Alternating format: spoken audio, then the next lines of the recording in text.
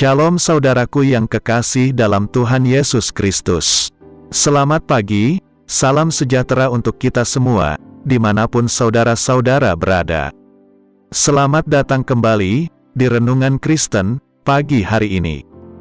Semoga saudara semua dalam keadaan sehat selalu, dan kiranya damai dan sukacita oleh Roh Kudus melimpah dalam hati dan kehidupan saudara semua. Sebelum kita mendengarkan renungan firman Tuhan, mari sama-sama kita berdoa. Bapa kami dalam kerajaan sorga, Bapa yang mulia, ajaib, dan penuh kasih sayang. Bapa yang kami muliakan, di dalam nama Tuhan Yesus Kristus, kami mengucap syukur Tuhan, oleh karena perlindungan-Mu di sepanjang malam, hingga pagi hari ini, kami boleh bangun dengan tubuh yang sehat, kuat, dan diberkati Tuhan. Pada pagi hari ini, kami mau mendengarkan firman-Mu, berbicaralah ya Tuhan, jamah hati kami, berikan kami pengertian, untuk dapat memahami firman-Mu, dan dapat kami lakukan di sepanjang kehidupan kami. Terima kasih Tuhan, dalam nama Tuhan Yesus kami berdoa. Amin. Saudaraku, mengapa kita perlu membangun kehidupan doa, atau kehidupan hubungan kita dengan Tuhan?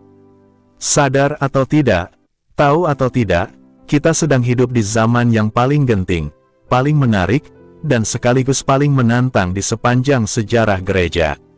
Itu sebabnya, Tuhan akan membawa kita memasuki dimensi otoritas yang baru, di dalam doa-doa kita, di mana setiap patah kata yang diucapkan dengan otoritas, akan memampukan kita untuk menerobos setiap benteng musuh. Tidak peduli apakah kita hanya jemaat atau pelayan Tuhan, atau hamba Tuhan, dan tidak peduli pelayanan apa yang sedang kita lakukan saat ini, itu tidak akan efektif dan tidak akan ada buahnya, jika kita tidak berdoa atau membangun kehidupan hubungan dengan Tuhan, karena kuasa tidak mengalir dari kata-kata, tetapi dari hubungan yang kita bangun dengan Tuhan.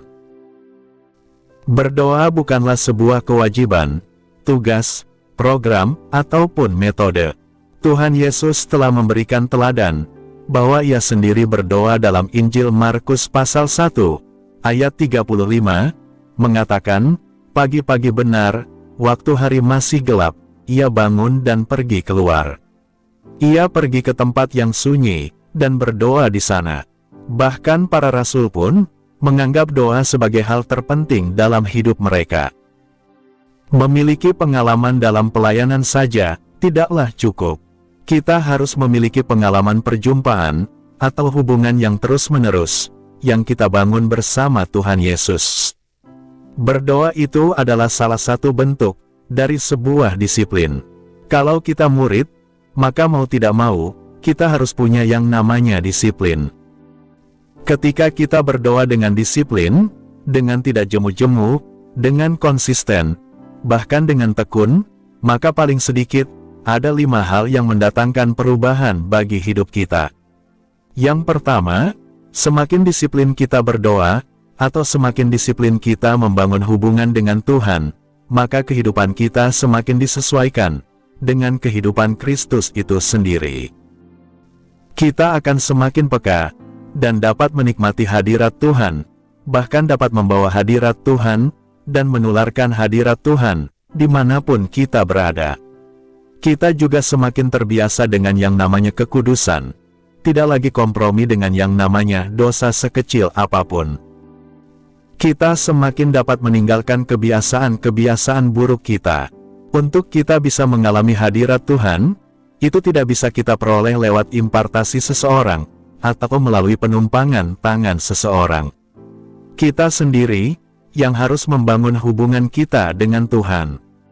Yang kedua, ketika kita membangun kehidupan doa, atau hubungan kita dengan Tuhan, maka kita akan semakin terbiasa mengenali suara Tuhan, mengenali bahwa Tuhan sedang berbicara kepada kita.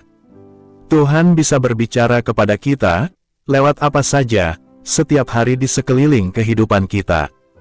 Bahkan kita akan semakin peka, dan memahami maksud Tuhan, ketika kita membaca firman-Nya. Kita akan semakin dapat membedakan, mana yang suara Tuhan, atau suara Roh Kudus, dan mana yang suara kita sendiri.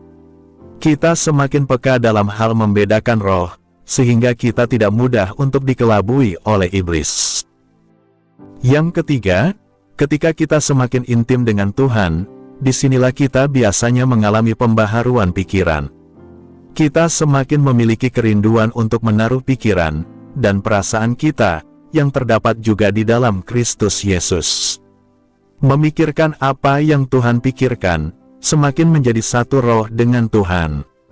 Mengapa kita perlu mengalami pembaharuan pikiran? Karena pikiran kita menentukan sikap hidup kita. Kualitas perbuatan atau perilaku manusia, pada dasarnya ditentukan oleh kualitas pikirannya, atau cara berpikirnya. Segala tindakan atau perbuatan yang dilakukan manusia, terlebih dahulu terkandung atau terlihat dalam pikirannya. Kita tidak bisa melarang apa yang akan masuk ke dalam pikiran kita, tetapi kita bisa dan punya kuasa untuk tidak mengizinkan itu menguasai pikiran kita. Sama halnya, kita tidak bisa melarang burung terbang di atas kepala kita, tetapi kita bisa melarang burung untuk bersarang di atas kepala kita, dan mengusirnya.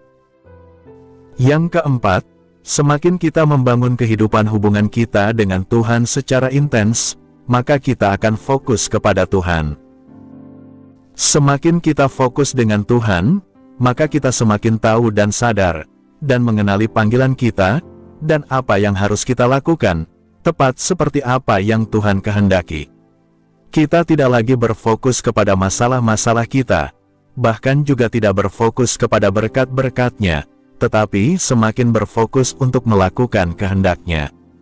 Yang kelima, semakin kita terhubung dengan Tuhan, maka kita semakin menjadi pribadi-pribadi yang dewasa. Dewasa di dalam Tuhan, dan dapat mendewasakan orang lain. Seseorang yang semakin menjadi dewasa di dalam Tuhan, akan menjadi pribadi-pribadi yang memiliki daya tarik, bukan karena penampilan, aksesoris, tetapi oleh karakternya. Seorang yang dewasa, adalah seorang yang siap dengan tanggung jawab. Seorang yang dewasa, tidak mengejar agar dirinya dapat menjadi tontonan, tetapi dia semakin mengejar, untuk menjadi tuntunan. Semakin kita bertekun di dalam doa, semakin kita dengan konsisten membangun hubungan kita dengan Tuhan, maka kita bukan hanya menjadi dewasa rohani, tetapi juga akan menjadi orang-orang yang membuat hal-hal besar terjadi. Doa haruslah menjadi sumber kita yang pertama, bukan pilihan yang terakhir. Amin. Tuhan Yesus memberkati. Demikianlah renungan firman Tuhan pada hari ini. Semoga menjadi berkat bagi kita semua. Dan sebelum kita memulai segala aktivitas di pagi hari ini, mari kita berdoa. Bapa kami yang di surga, Bapa yang kami panggil dalam nama Tuhan Yesus Kristus, kami bersyukur Tuhan atas pertolongan-Mu, penyertaan-Mu, dan atas berkat-Mu dalam hidup kami. Kami berbahagia dan bersyukur atas kebaikan Tuhan pada hari ini. Tak berkesudahan kasih setia Tuhan, tak habis-habisnya rahmat-Mu, selalu baru tiap pagi, besar kesetiaan-Mu Tuhan dalam hidup kami. Terima kasih buat firman-Mu pada hari ini ya Tuhan. Kami mau selalu belajar dan terus belajar tentang firman-Mu. Firman-Mu yang menguatkan dan meneguhkan iman kami. Firman-Mu yang mengubahkan hidup kami. Kami mau berjalan bersama dengan Engkau di sepanjang kehidupan kami, agar kami tidak tersesat di dalam dunia ini. Kami mau melakukan firman-Mu ya Tuhan di sepanjang hidup kami, agar kami tetap kuat berjalan bersama dengan Engkau. Terima kasih ya Tuhan, buat kesempatan hidup yang masih Engkau berikan. Kami mau pakai untuk hormat dan kemuliaan nama-Mu. Segala pergumulan dan persoalan hidup kami serahkan di dalam tangan-Mu. Engkau yang akan menyelesaikannya bagi kami hanya berharap kepada-Mu.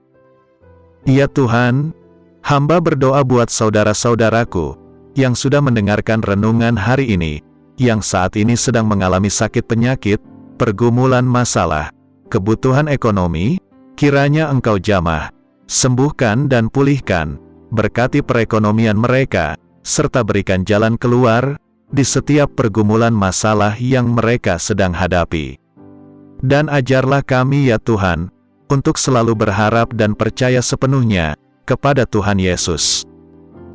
Kiranya Engkau terus memberkati kehidupan kami, keluarga kami, sanak saudara kami, daerah tempat tinggal kami, bangsa dan negara kami, pemerintah-pemerintah kami, biarlah semuanya dalam perlindungan-Mu ya Tuhan, dan jadilah sesuai kehendak-Mu yang terbaik dalam kehidupan kami.